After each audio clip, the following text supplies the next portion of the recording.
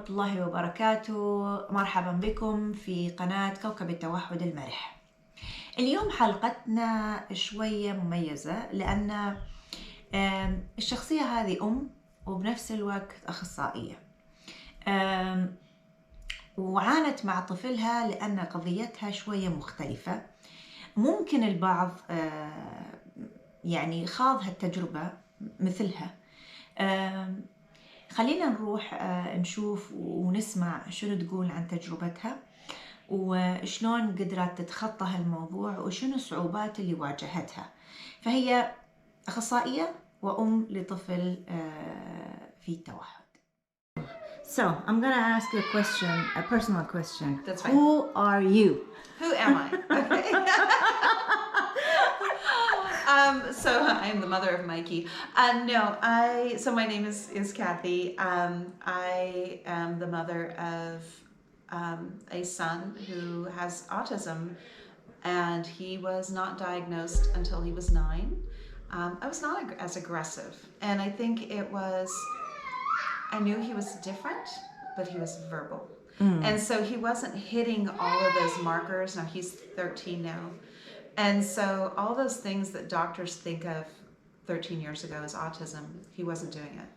The big thing that I look back now and I go, oh, he didn't play with toys. He had no idea how to play with toys. He would say, you do it, mommy. And he would tell me like how to play with his toys. But it was only cars or trains, and he would line them up, and it was, which was now that the information is out there, it's typical.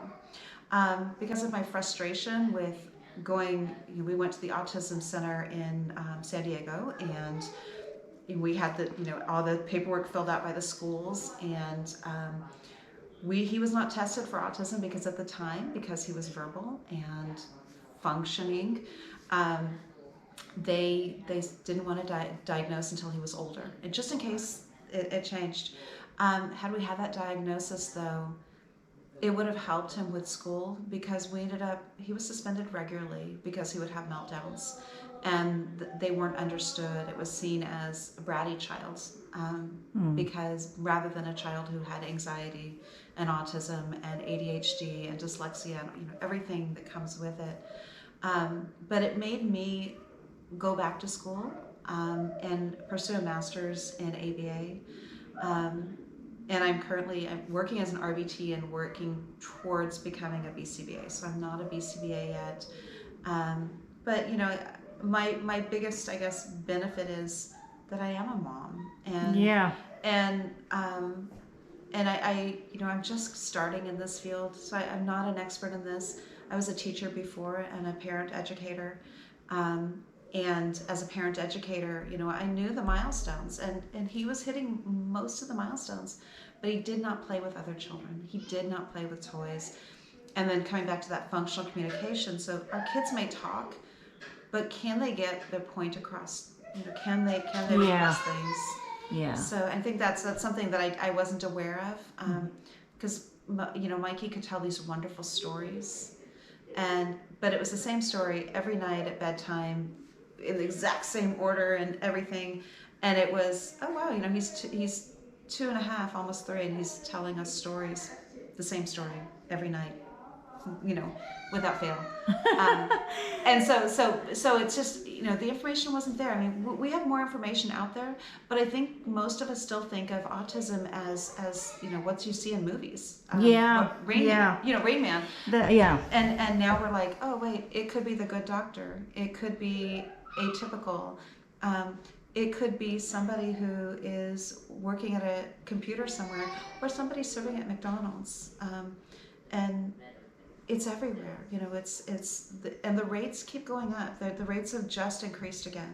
Yeah, that's why I'm insisting to spread the awareness to the people, because they think that an autistic person has a special face or character. Yes. Or they're But really they- bright. yeah. They're so smart. Yeah, but it's not. It's not. different. It varies between Exactly. person and a person. Yeah. It varies from a background, varies from the IQ, it varies from so many things. Exactly. You cannot say, oh, this person looks like, Yeah. being autistic. It doesn't. It doesn't have anything. And you can't have a clue except if you're a mom and you have autistic kid, Yes. or you have access to autism world. Yeah. Yeah. That you will spot that kid playing in a playground and say, oh, this kid has autism. We always say it's like a click. There's just that little click to the left or to the right. And, Yeah. And it's just, I remember when Mikey was tested, and the IQ test. Yeah. And it was really high understanding, because there's separate parts of the IQ.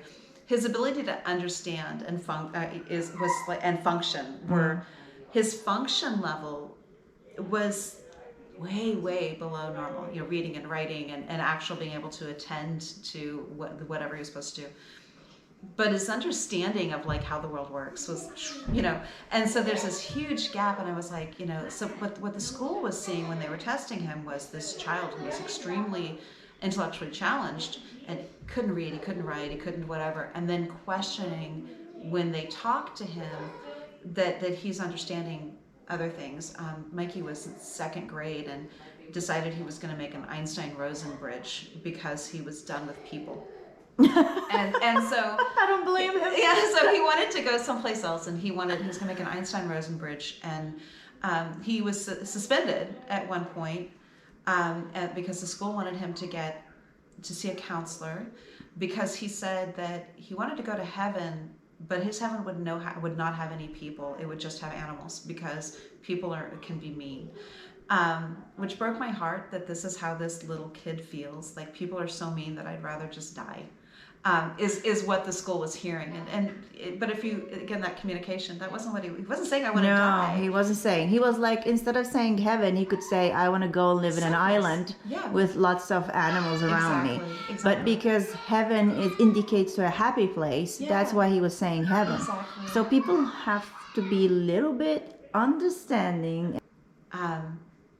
Mikey didn't get early intervention, but I quit my job. Yeah. As a teacher when he was 1, and every minute was devoted to teaching him, to potty training, to whatever, being as incredibly intuitive, or as intuitive as I could possibly be to what his needs were. And so that meant, if he needed to go in the front yard and run back and forth from the fence to the tree to the fence, which he did. We lived in the California desert. It was 120 degrees outside. I sat on the porch and let him run back and forth and gave him water and sprayed him off, if that's what he needed to do.